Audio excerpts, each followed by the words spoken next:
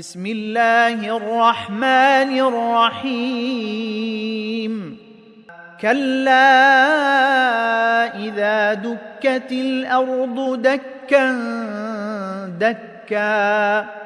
وجاء ربك والملك صفا صفا وجيء يومئذ بجهنم يومئذ يتذكر الإنسان وأنى له الذكرى يقول يا ليتني قدمت لحياتي فيومئذ لا يعذب عذابه أحد ولا يوثق وثاقه أحد يا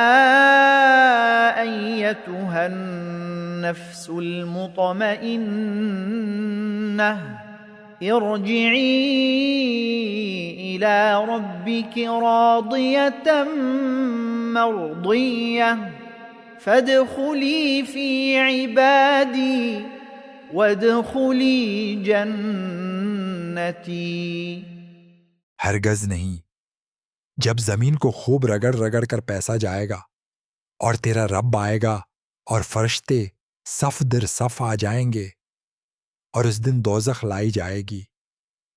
اس دن انسان سمجھے گا، مگر اب سمجھنا اسے کیا فائدہ دے گا؟ وہ کہے گا اے کاش میں نے اپنی زندگی کے لیے کچھ آگے بھیجا ہوتا، تو اس دن نہ اس کے عذاب جیسا کوئی عذاب دے گا اور نہ اس کی گرفت جیسی کوئی گرفت کرے گا۔ اے اطمینان والی جان، اپنے رب کی طرف لوٹ چل، اس حال میں کہ تو اس سے راضی، وہ تجھ سے راضی، پس تو میرے نیک بندوں میں داخل ہو جا اور میری جنت میں داخل ہو جا۔